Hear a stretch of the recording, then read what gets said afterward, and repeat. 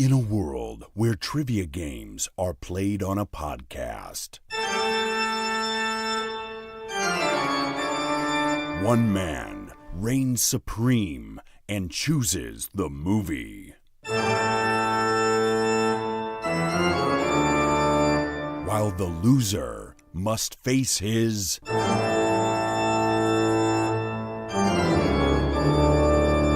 punishment episode. Oh God! Oh Jesus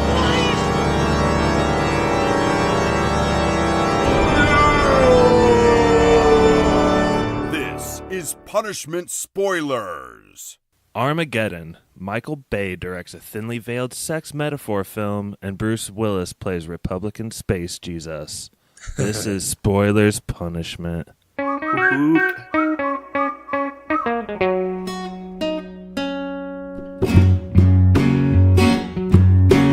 This is Spoilers. Hey guys, this is Did you Josh. call that a sex metaphor film? Dude, it's about drilling. All the drilling? Come on, dog. Stevie, you love Transformers and you love this movie. Is that true? I love this movie. I tolerate the first Transformers. That's about as far as my Michael Bay love goes. Another proponent of this movie, staunch Republican Brett, joining in from Fort Wayne. God, Fox dude, News proponent. dude, I'm not a staunch Republican, and you know That's that. fine. You can be that. It's fine. This movie Own is it. very staunch Republican. I do like this movie though. And Pappy, you won trivia. And Yeah, yay? why did you sentence me to this movie in particular? I've been wanting to ask you that really bad. I don't know. I had a list of like potential punishment movies, and I'd never seen this one. And like, Michael Bay just seems so unintellectual, and it just seems like the kind of movie that would like really get under your skin to have to like do an episode on. So that was personally for me then. Yes. Oh yeah, I have custom picks for Okay. everybody. Speaking of custom picks, Jordan, you created trivia, and it wasn't biased against me at all, and it was a great time. Thank you for that. Thanks, Where are you Josh. recording from tonight, Brother Jordan? Back in North Carolina. Pat, to hit on like what you're talking about, though, you also recently sentenced another Spoilerman to a punishment movie, and I thought you might want to tease that out a little bit. Whenever we have contests on the podcast, whoever wins gets to pick a punishment episode for the loser, and they have to like do a episode on it. So I hold both belts right now, the trivia and the Oscars. Oh, fuck off. I clearly know the most about movies. It's undisputable at this frick point. off. And so for Mikey, I gave him the choice of two movies because I was feeling extra nice. He Super could have lame. done. He could have done the classic featured in Sight and Sound's Top 250, 1001 Movies You Must See Before You Die, the 100 or the 200 Days of Sodom, 120, isn't it? 120 Days of Sodom, which is like apparently like Classic. one of the most graphic films ever made about like, you know, sticking stuff up people's buttholes and eating poop and that kind of stuff. But Poop and stuff. he didn't pick that. He picked the Francis Ford Coppola directed classic Jack, starring Robin Williams. So it's 2 years in a row. Punishment movie has featured Robin Williams. Last year, Jordan, you had to do The Fisher King, I think. Yeah, it was not great. Was it me, you, and Carter that did that? Carter chose it, I think, but I don't know if he was on the podcast, was he? That I was don't a think rough he was. movie, man. There's a lot of Robin Dong in that movie. A lot of dong. Not quite as bad as sticking things up people's butts and poop, though. I know. Not quite as bad. Speaking of can't- Armageddon. No, I gotta know, why is that particularly for Mikey? The Sodom movie. If he would have picked it, you would have found out. But you better hope he doesn't lose again because he's not getting the choice next time. So diabolical. Dang, okay. Back to Armageddon. This is a pod about the movie Armageddon. I guess this is our official pod because hopefully no one will ever choose us again. Can we choose one twice? How does that work? No. I'll choose Nope. this again. Well, no, that's going to set off a terrible chain of events. Pappy wants to choose Time Bandits again. Oh, I would gosh. agree to sit down to that. Episode 300, Pappy's last episode. Pappy's Last Revenge. Time Bandits redo. Oh my goodness. So Armageddon has an A and a B plot. The B plot to me is Billy Bob Thornton with Bruce Willis and just kind of being like the Earth side of command for NASA. I thought he played a serviceable role in this film. Stevie, I bet you loved him in particular. I did love him, especially with the Forrest Gump braces they revealed. When he was like, I wanted to be up there with you. And they do like this like super fast motion cut to his legs where he has like wheeling braces going back and forth, all Forrest Gumpy. I love that part. Wait, But why yeah. did you say that was I mean, every cut is pretty fast in this movie, right? I mean, I don't think there's like one tracking shot. I think every like shot is no more than 3 seconds long. the average for this film is actually 1.5 seconds per cut. Jesus Holy Christ. Holy shit. Brett, does that I mean- surprise you? Did you have like a headache after watching this? No, I had no idea what you're talking about. What do you mean?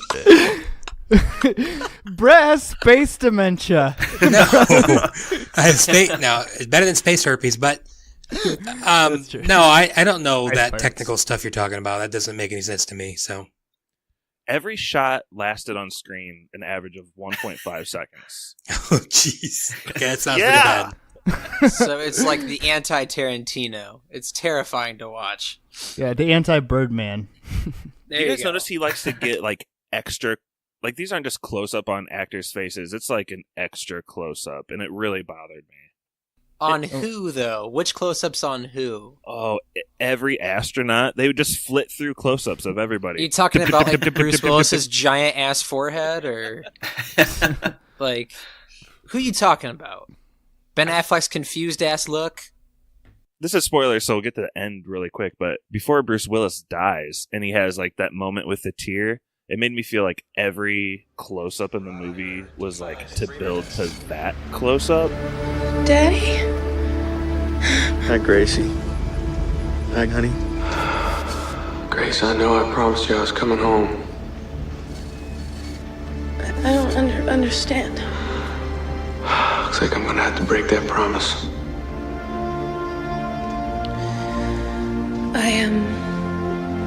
I lied to you too.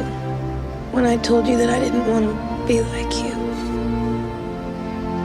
Because I am like you. And everything good that I have inside of me, I have from you. I love you so much, Daddy. And I'm so proud of you. I'm so scared. I'm so scared. I know it, baby. But there won't be anything to be scared of soon. And it was It not was effective. good. I cried. No. good. I laughed. I laughed and clapped. Did you really cry, Stevie? Oh, dude, I cry in this movie all the time. It's a tearjerker for me. What about it makes you like? Is it the fact that Bruce Willis is sacrificing himself? Is that what gets you? Is it the fact that he finally let someone else drill his daughter? Is that what?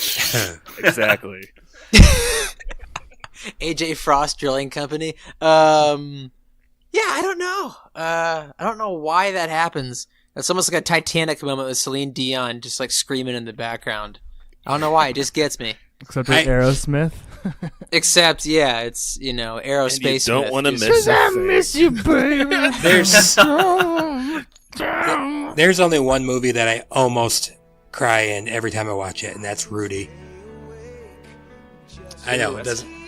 Like when he opens a letter and then when he gets a sack, those are tough scenes for me. I get upset when I have to listen to the band Aerosmith play music. I'll make that my Chuck Freebie segue for that. I think it's so weird in this movie that they're really doubling down on the point that a father is watching his daughter have sex, or whether it's the drilling, the artist singing the song as Liv Tyler does sexual things, or Bruce Willis like staring at her doing it or catching her in the act. Like, why do you guys think that's such a big plot point in this movie? I think you're making it a plot point. What? No, it's definitely the movie is about like giving your daughter to another man. Like it ends on a wedding scene. Yeah. There's no like independent. Like that's what the movie's about. Like what happens in the movie is like they drill in space, but the movie's really about like Bruce Willis drilling like, back here on Earth. Yeah, giving away his daughter, and it's also like I don't know. It's just got so many like sexual overtones too, with like the whole Steve Buscemi pedophilia / stripper thing. I didn't know her age. What's that? That kind of takes us back to the beginning, and I'm pleased you mentioned that, Pappy, because the B plot, which I already mentioned, was Billy Bob Thornton's like pretty good acting. There's not really much else to say. I honestly, it just hits like the beats of every space movie you'd ever seen. Like, trouble happens. He's cool under pressure. He's like stressed out when they're gonna die. Is there anything I'm missing? Assembling the crew. Dude, the assembling the crew was awesome. But at the beginning, the main A thread is introduced with Bruce Willis literally attempted murder on peace activists and green. What is it, Pappy? The people in the boat? Greenpeace? Like, yeah. Sea Shepherd? Like he's just drilling Whale golf watchers. balls at him? Like, You think that's attempted murder? that could, I don't know, it could kill somebody. I'm ready. Rise and shine!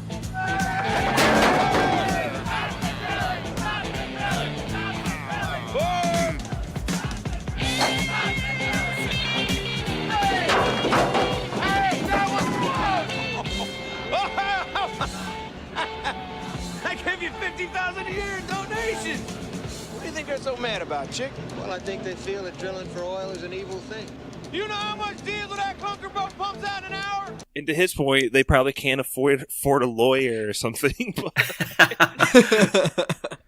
He's such a turd, and he whips out a shotgun and is shooting it all around the deck. And I think this movie just sets the tone where, like, this guy, Ben Affleck put it in the commentary as a salt of the earth kind of guy, and it's just like I don't get it. It's really hard to relate to that aspect of this character, I think. Okay, you got to bring up the Ben Affleck commentaries again, but first, like Stevie and I were talking about this before. Josh, like, what is the timeline of the A plot and the B plot in the very beginning? Because like Stevie said this like in the hijack, like all of a sudden Ben Affleck has his own oil company. Like he gets fired the day before. Man, this is just kind of like in Ocean's 11 when Brad Pitt in the sequel is like all of a sudden like a hotel mogul. Like, I think. Dude, that's semi-believable. This is one day. The idea is that he was like successful on his own, and I think that's like character they're trying to build.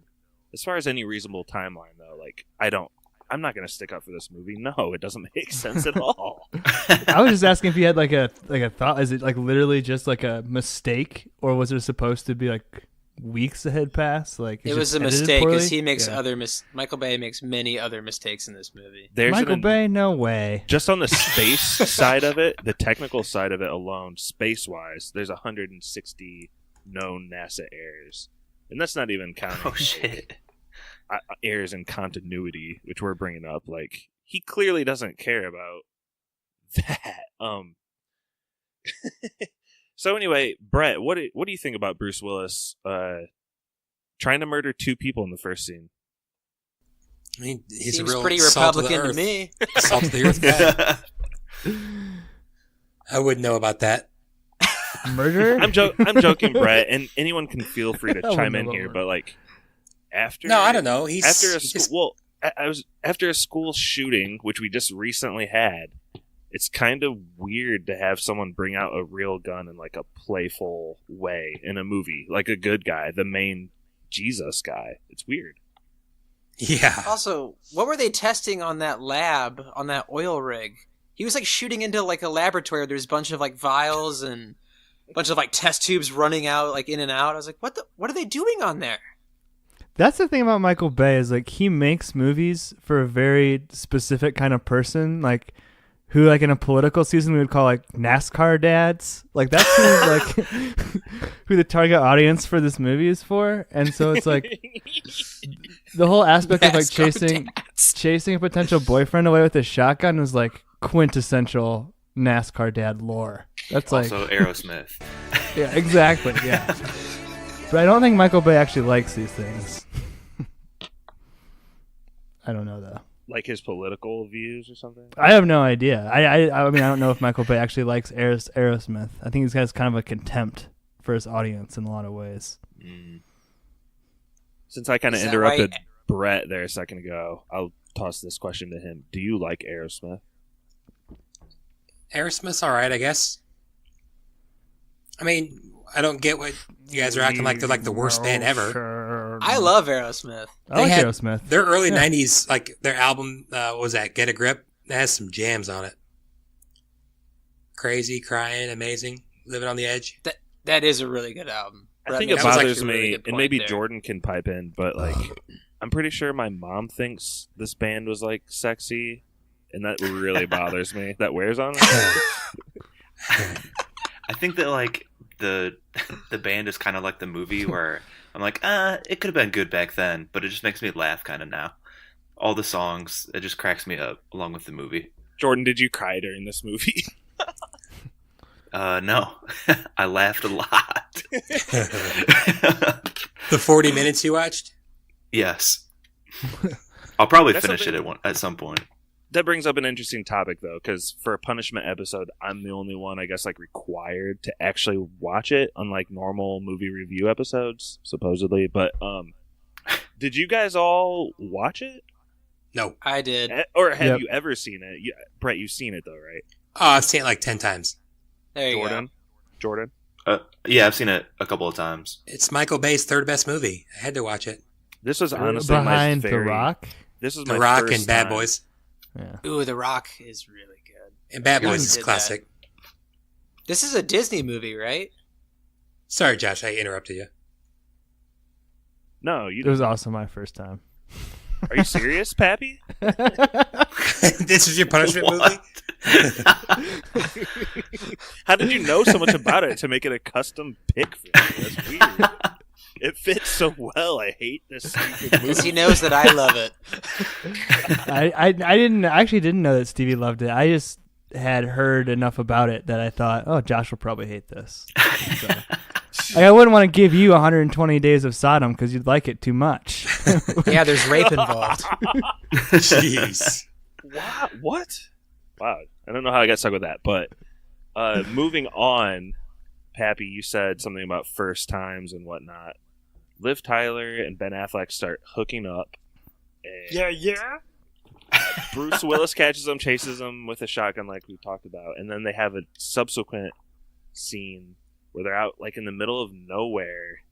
And I think on the hijack you guys might have touched on it a little bit, but Pappy, Stevie, you said that he was in a specific sexual act with the animal crackers, and that never occurred to me, though her blouse is open, admittedly. Dude, they show it. So, like, yeah. So he's got the animal cracker. And what's he doing? He's, like, moving up by her chest. What does he say? He's something doing about, some, like, Crocodile Dundee, Steve Irwin Oh, commentary. yeah. And here are the luscious mounds full of milk, or something like that. Like, talking about her bags. And then he sticks the animal cracker down her pants. And then she looks up at him and says, "Do you think anybody else in the world is doing this exact thing right now?" It's like, dude, no, bitch. No one is getting fucked by an animal, finger banged by an animal cracker right now. Anywhere. Baby, you have such sweet pillow talk. I got like a little animal cracker Discovery Channel thing happening right here. Watch the gazelle as he grazes through the open plains. Now look, as the cheetah approaches, watch as he stalks his prey.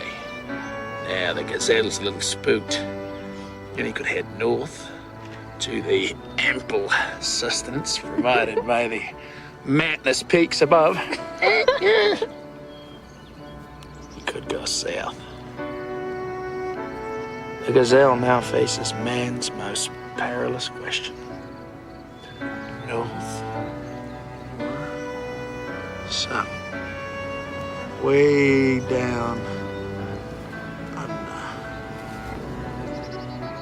You're the only girl with a gazelle up her hoo-ha right now. I promise. Why is this in the movie, I guess? It's maybe the best part of the movie because of how Aerosmith is weird also they are. playing in the background of this scene. Yeah. Something about the weirdness of this almost makes this a good scene, but I don't know why it's in it. Brett, any ideas? Which scene? Sorry, I was looking something up for Stevie. The animal cracker sex scene. Oh, I don't know. When they're Just on to- break. I mean, it could have been cut out. This movie was 2.5 hours long. So, Yeah, we'll I don't probably know, cut out just- that comment you just made. Anyway, moving along. I think they're trying to just to show how much like in love they are and how weird they are and how they need each other to set it up for him possibly dying at the end. Brett, what's the next sex scene between them? Do you remember the one after this? Aerosmith is also playing in the background again. No, is that the one where he sings "I'm leaving on a jet plane"? No, I don't remember another. Do you guys recall where they're like sitting in? It's like a hangar. In the hangar? Yeah, in the hangar, and there's like a drill, yeah. and there's like a perfect romantic light, and they're like on a ladder or something. And Bruce Willis just stares at them for 5 minutes and doesn't While he's move. like taking her shirt off, yeah. And Steven Tyler's playing. If I could stay away. Yeah, the whole time. You can hear me breathe. Michael Bay's idea of love is so weird. Wait, he did Pearl Harbor too, right? Yeah. Yeah, his idea of love is god awful. How would you describe his idea of love? It's like some juvenile, super stereotypical Americana, but like very juvenile. There's no like layers to it. It's just I'm a male, you're a woman, we're both attractive, we must be in love. It's very just very on the surface. Yeah, and she just like needs a man like to like protect her. Like that's the whole thing too, is like protecting her and all this stuff. Like, you know what I mean? Like he's the big strong man and she's just like this like little girl the whole movie. Like Toxic. she maybe has one scene maybe where she's like speaking Mandarin and she's also like yelling at her dad too, like, I can fuck whoever I want, Dad, like right in front of Chinese businessmen, like, which is so weird. Other than that, she's so passive. I really dislike that the way they kind of dropped that exposition. She was basically summing up their lifetime's worth of a relationship that has to have so many ups and downs, like their father and daughter, and by all accounts she's like lived with him her whole life, but for some reason right now she's like screaming their most personal details on the rig in front of like investors or something. A lot of pent up rage. So weird, yeah. I was playing with titanium depth gauges when I should have been playing with dolls. I mean, I learned about the birds and the bees from Freddie Noonan's tattoos. Look, I was raised on Roughnecks by you. And now you get all shocked and shaken when I fall in love with one. So who is the hypocrite here, Harry, huh? Look at all those nice pipes up there. Listen to me, Grace. I No, want you listen to me, Harry. I grew up. Plus, there's nothing better than those Chinese investors being covered in oil from head to toe and going, thumbs up! Thumbs high! Thumbs high! Who said that they had seen this the most? Was that Brett with like 10 times or something? Probably Stevie. Probably me and Brett are running close. Well, Brett and Stevie, have you guys taken the time to watch the commentary? Pappy sent me a couple links today, and I watched them. But have you guys seen that side of it? I have not, I know about it, listened though. to the full commentary, but I've listened to a few of Ben Affleck's and a couple of Michael Bay's. I mean, the Ben Affleck thing, that's like one of the best commentary lines ever that you're probably about to talk about. What's that, Brett? This the thing that everyone kind of wanted to know, that it's got to be easier to train astronauts to drill than drillers to be astronauts. That, and you can just tell on one of them, like, Ben Affleck is just going after Michael Bay and Bruce Willis when, like, Bruce Willis is going over, like, he's like, oh, you've been training for 8 months on my transmission, and now you want to try and use it? They don't know what they're doing. And Ben Affleck's like, it's drilling. They're just drilling. And they're Stick it in the astronauts. ground and They're really drill. smart. Yeah. Just like the old In and Out, like I said. I asked Michael why it was easier to train oil drillers to become astronauts than it was to train astronauts to become oil drillers, and he told me to shut the fuck up. So that was the end of that talk. He was like, Ben, just shut up, okay? This is a real plan, all right? I was like, you mean it's a real plan at NASA to train oil drillers? He was like, just shut your mouth. Well, I want my crew because they're the best. Why are they the best? I don't know, but they're the best. That is the best. It's such a strange choice because in the American psyche, astronauts are definitely bigger heroes, and they could have made an eclectic group of astronauts that had to go into space. But this is just a thought occurring to me. I haven't read this anywhere on the internet or anything, but is it not so hard to believe that some giant oil company pushed this script to make the oil rig guys seem like American heroes? Does Disney have any investments in oil? They're like all plastic. Disney's plastic.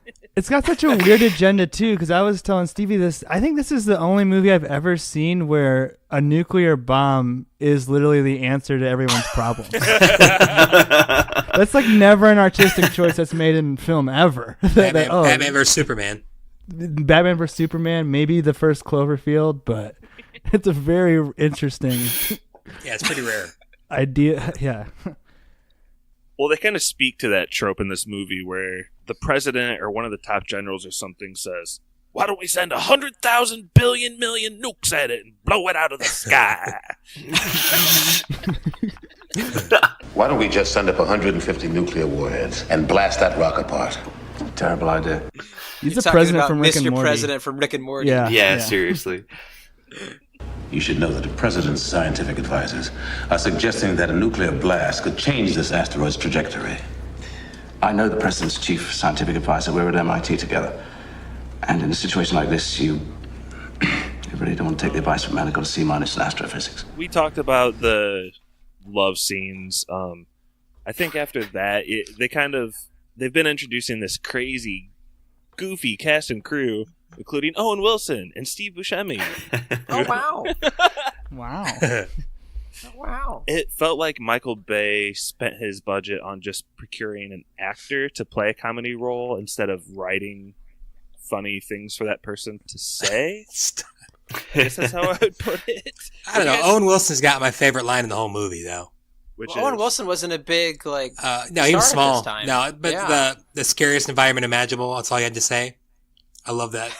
I do like that It's, scene it's where probably he's playing in the background. probably not playing. Oh, man. You made me think of that scene with Owen Wilson where he's like, "I'm half excited, but half feel like I'm gonna die, but also mostly excited." Something like that. I don't know. It was really funny. Yeah. I'm kidding. we're I'll in play your clip space. and I my mean, clip. but we're still in inner space. We're not even in outer space yet. What's it going to be like up there? 200 degrees in sunlight, minus 200 in the shade, canyons of razor-sharp rock, unpredictable gravitational conditions, unexpected eruptions, things like that. Okay, so the scariest environment imaginable. Thanks. That's all you gotta say. Scariest environment. Wow.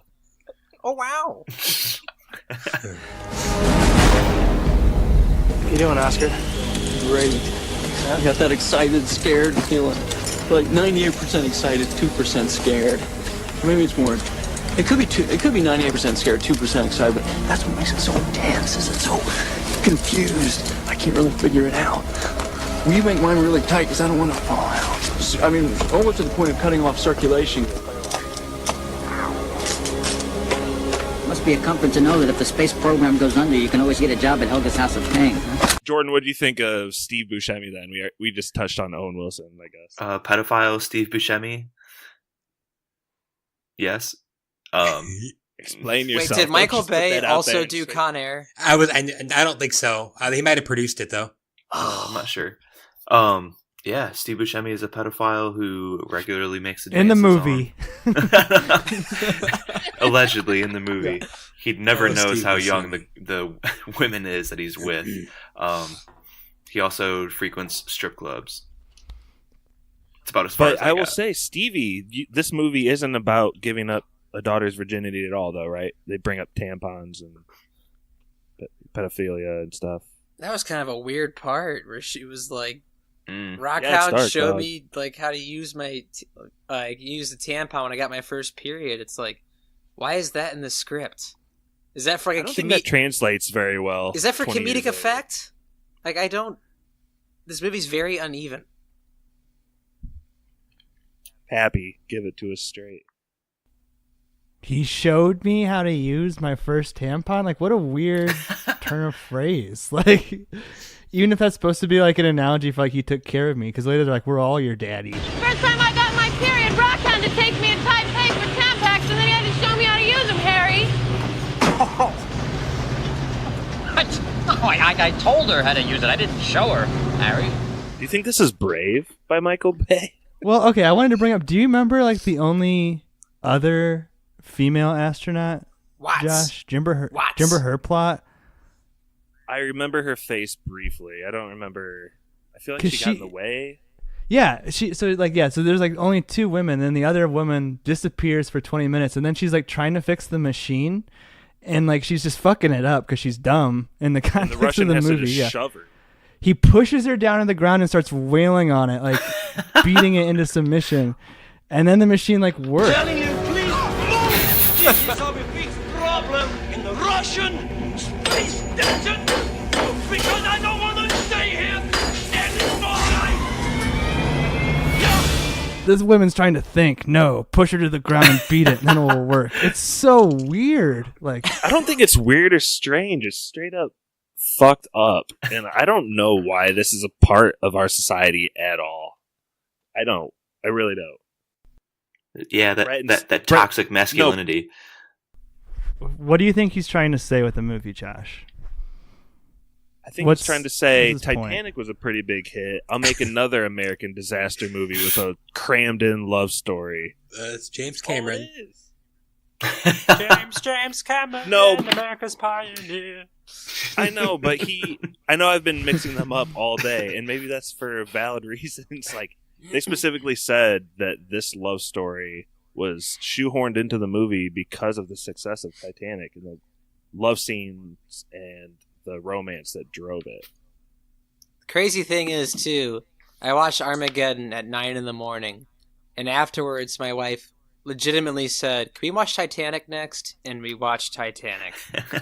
So there is some validity to Disney doing that shit.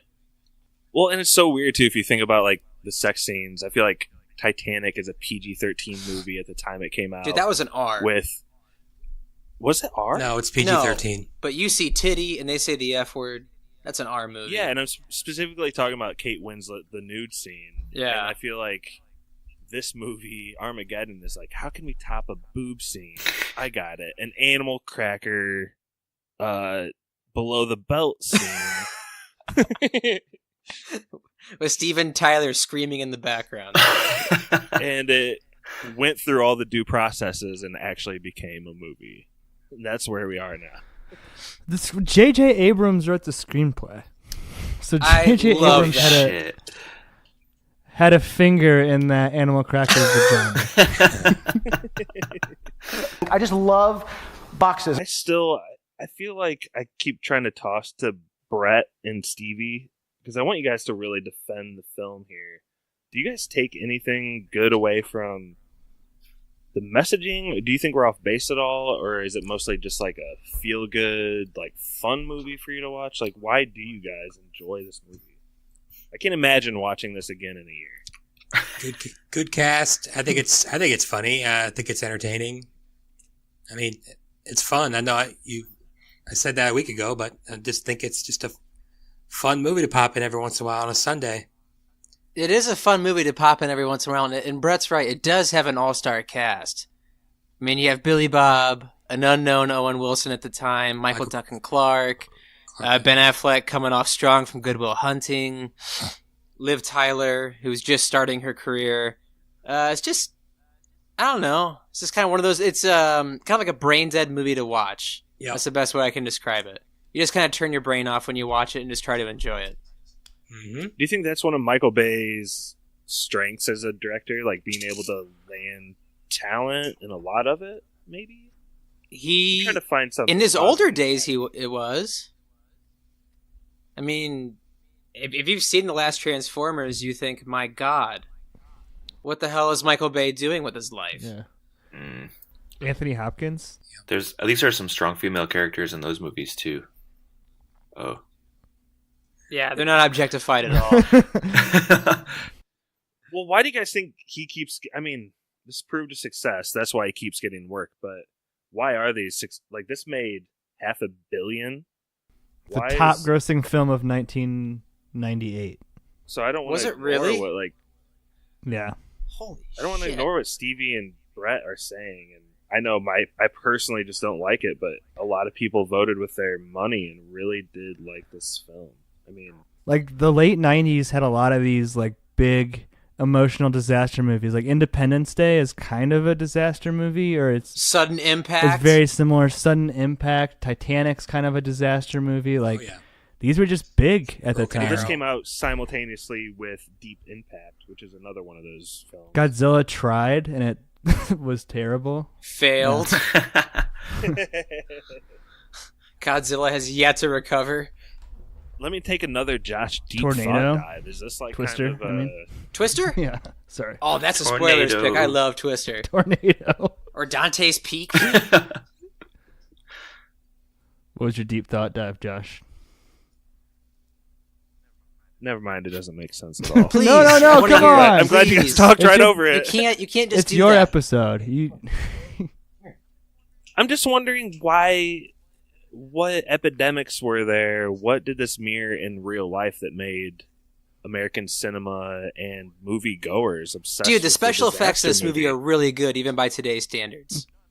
No, I'm talking about all disaster movies as a Oh. whole. though. Like, why was that such a big thing? You I guys? think it's always a big thing. I think it's just kind of like 9/11 killed it for a while, and now it's even starting to come back a little bit with like Geostorm making. Oh, That's a God. great movie. Yeah, I mean, I think, Tornado yeah. Heist.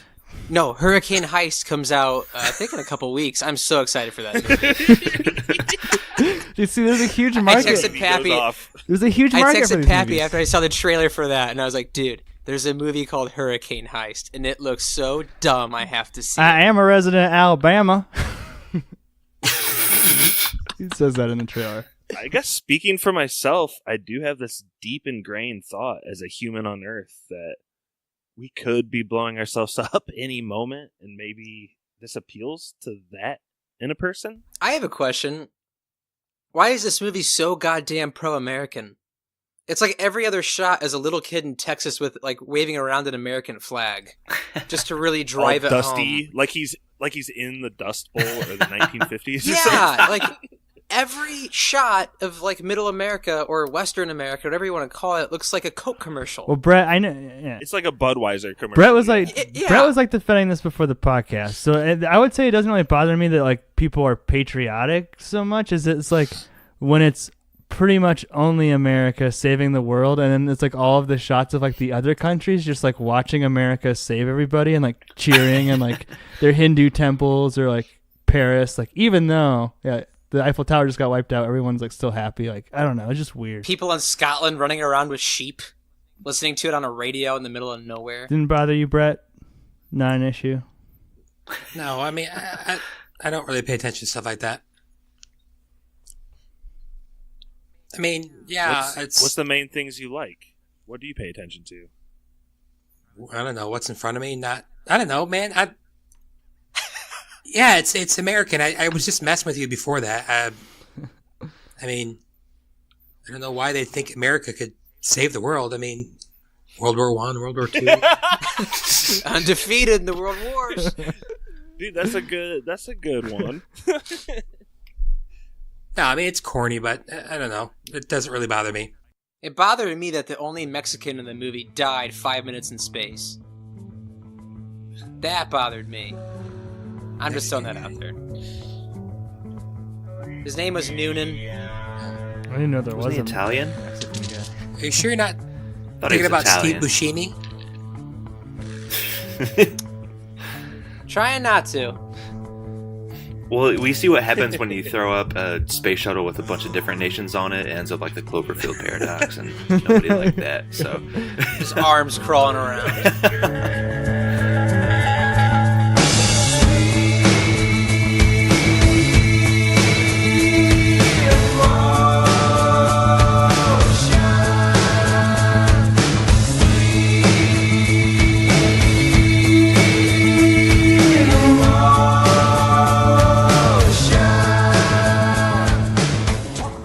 We did have a Russian presence in the movie, and I guess we can touch on that character really quick.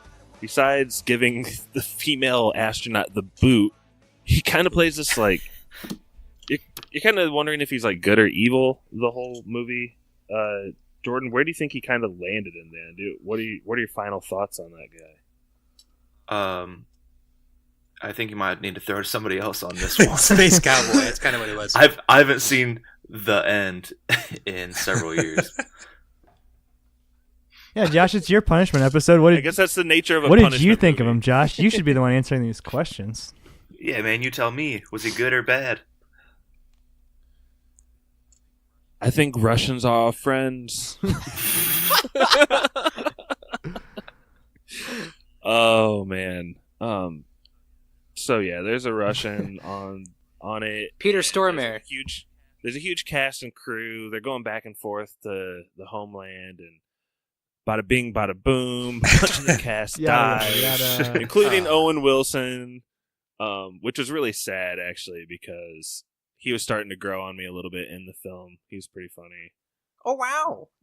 So that was a sad moment, and then I guess Ben Affleck is kind of left for dead with the Russian and Bear. Bruce Willis. Yep. And Bruce Willis and his squad, who mostly survived, start trying to drill. And what happens to their drill, Stevie? Which time? When it blows like a bit, it blows at 2 transmissions, or when it blows Max off into space? Whatever it is that proves that Bruce Willis's drill is now impotent. Right, in this whole time, Ben Affleck Oh, I'm sorry, but like in this whole movie, what really bothers me about this movie is there's a clock constantly ticking in this movie. Like they constantly remind you. Kiefer Sutherland should be there. God. No one respects the presence of the clock. Like Bruce Willis will just like monologue for like 5 minutes for no reason. As he has a dude's Dude. throat in vice grips. Do you want to help me or not? It's like, okay, there's like a minute left. Come on. But Josh, I think your penis metaphor is very apt. Thank you. I was trying to go there. So That was Bruce really Willis good. proved, Yeah. His drill doesn't work anymore, and so now he has to hand off his woman to a fresh young drill. Roughneck. Coming up over the mountain. Yeah. And through trial and tribulation, bada boom, bada bing. A Which couple more guys die. why do these things have fucking Uzis on them? Why do the space rovers have Uzis on them? Like, are they worried about an alien? Like, No. They explain that because didn't Do they? Steve Buscemi say a gun in space? no, that's for the pistol that what's his name has. Oh, but still, that explains guess. all weaponry. I think. All right. This is unbelievable, right? What bothered me was there's like this huge thing with before they're gonna blow up the nuke, they'll be like, after 7 minutes, we'll never have contact with them again. And they're talking with them throughout the whole goddamn movie after those 7 minutes. It's like this is like a big point in the movie. It's like, okay, 7 minutes left. This is like, okay, you're starting to pull some tension. And all of that goes out the window when Bruce Willis constantly talks to NASA.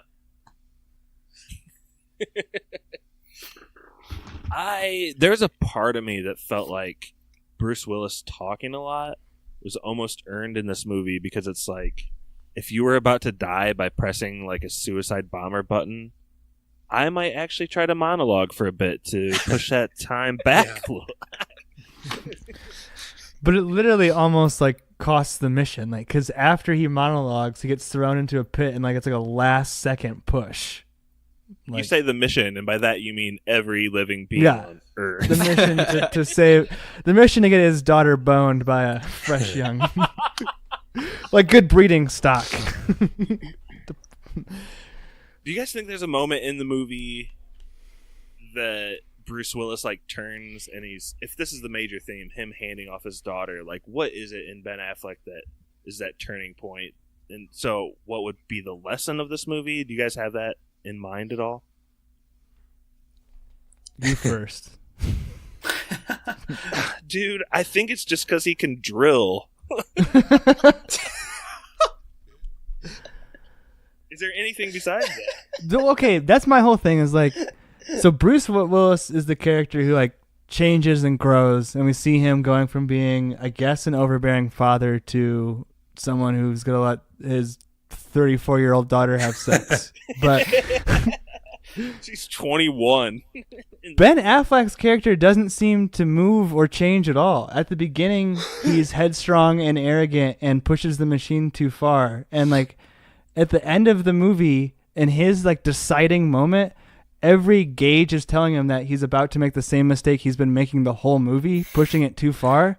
And there's no consequence for it. He just does it anyway and it works out. It's like third time's the charm. I guess I was right the whole time. Like, and that's how you have sex. Yeah. You just push it till it breaks, motherfucker. I don't get it. God. Is that the first hard MFer on spoilers? No. I'll probably edit that out. No, please keep it or bleep it. I don't care. Bleep but it. I want No that to could be be funny. motherfucking way. But Pat, Is this the only Disney movie with the word fuck in it? It's gotta be. I'm sure The Rock had some F words in it. The Rock is a hard R. Who knows now, man? Didn't Disney just gain a ton of movies from Fox? I mean, This is Touchstone. But I know what you're saying. Sorry, Brett. I was gonna say, I mean, he does. Affleck does agree to make like the ultimate sacrifice at the end. I guess maybe that's him finally changing. And then again, Not thinking about Yes. himself, which means he has grown. Just took to the very, very end. But also in that previous scene, everyone's like, I'm willing to go, I'm willing to go, I'm willing to go. And Ben Affleck's like, yeah, let's draw some straws. He hadn't learned yet. I kind of wish they like would have all died together. I think that would have been a better ending than Bruce Willis crawling out of a pit with 5 seconds left.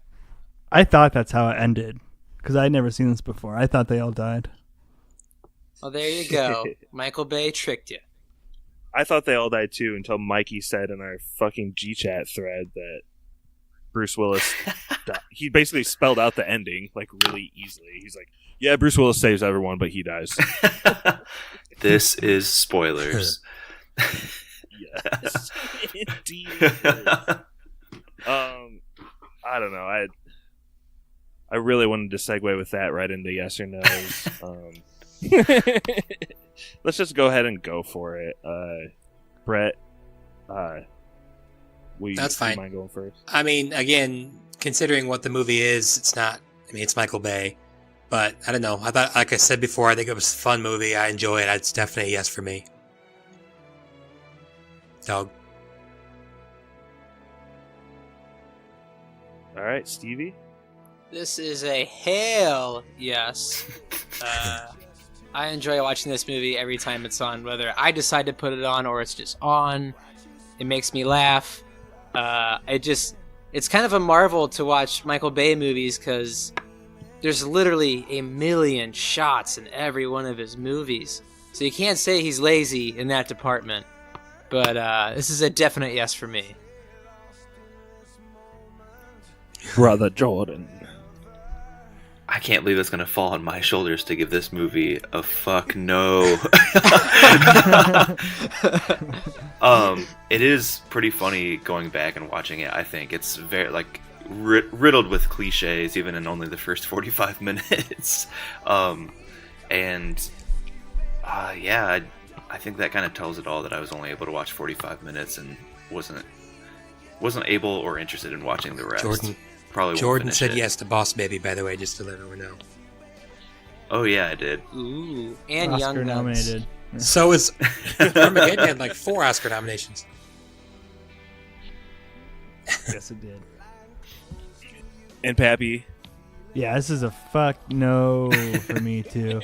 I mean, like honestly, I enjoyed it to like in the same way I enjoy The Room, in that it's like so bad and schlocky and strange in the choices that are made that it's good. But like, there is a weird, like, masculine oppressing women element in this movie that like I think can't be denied. Like that's like he makes all of these weird choices like with the characters, and like not even like a let's remake Ocean's 11 with all women type way, but it's just like, come on, you can't like make one person empowered and have station or something. Like, I don't know, but it's a no. But it's just so bad. It's good. Are you saying when the timer ran out at the end, that was the original Time's Up?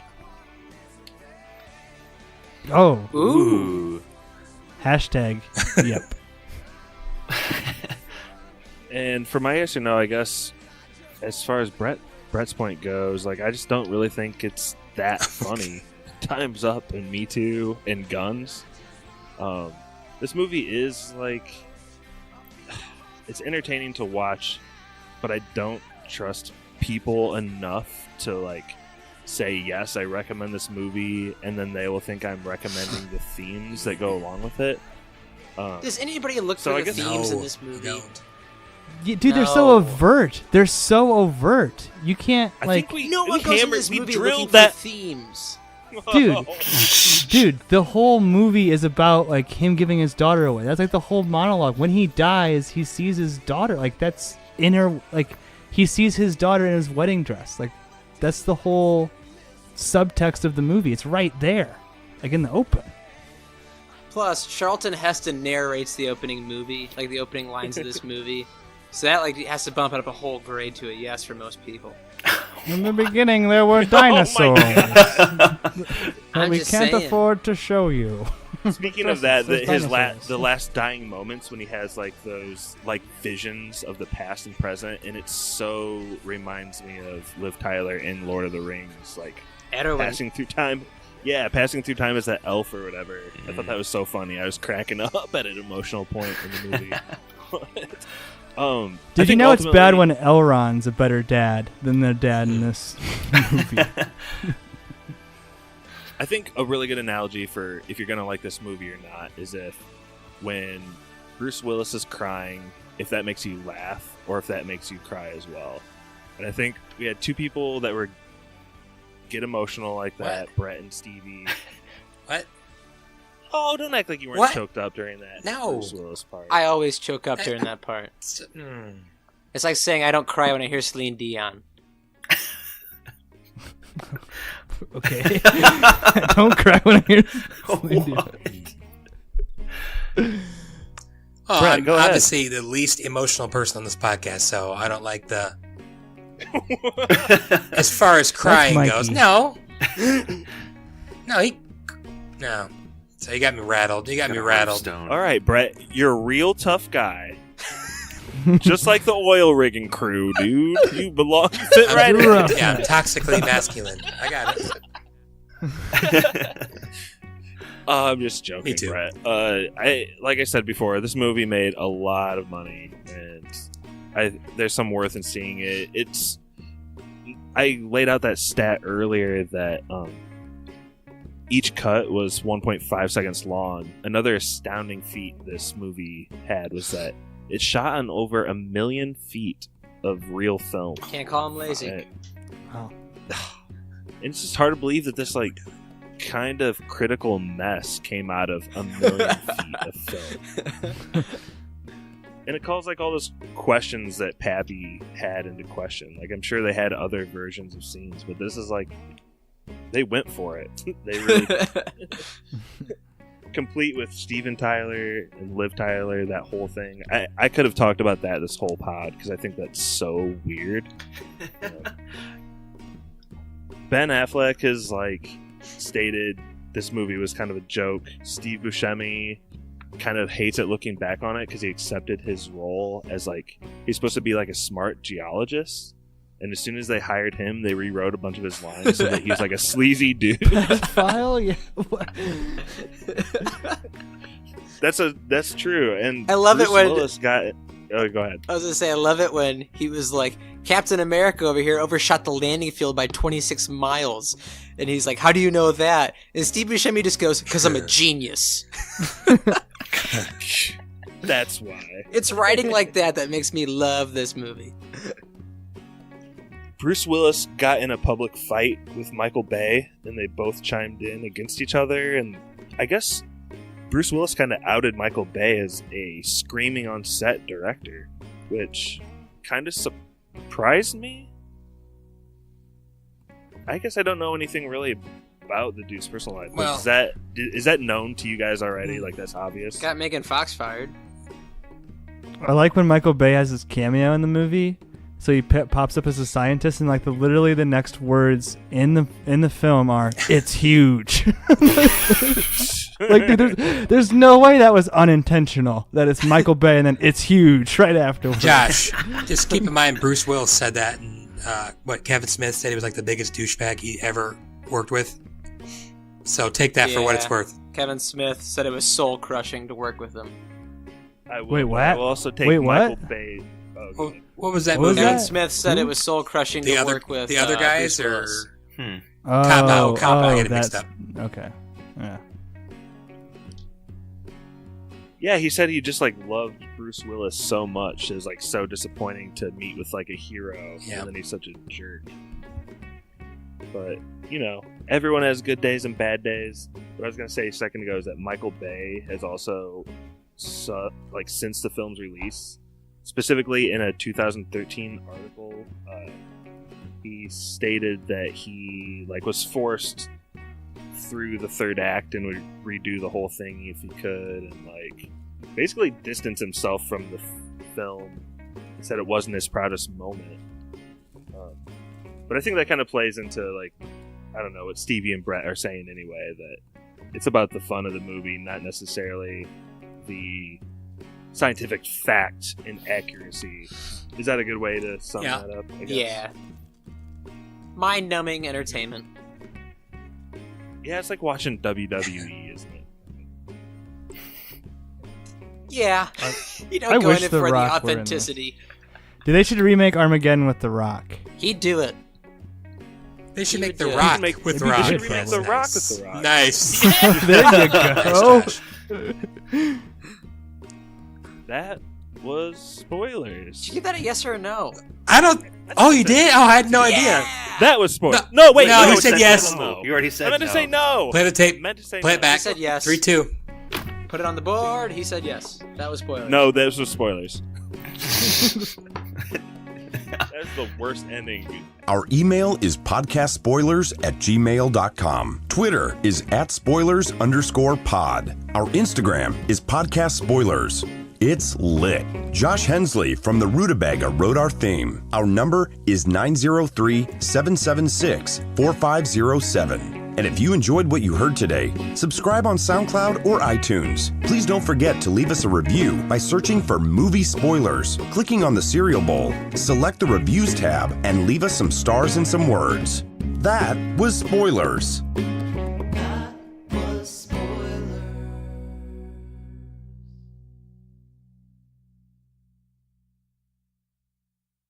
I just love boxes.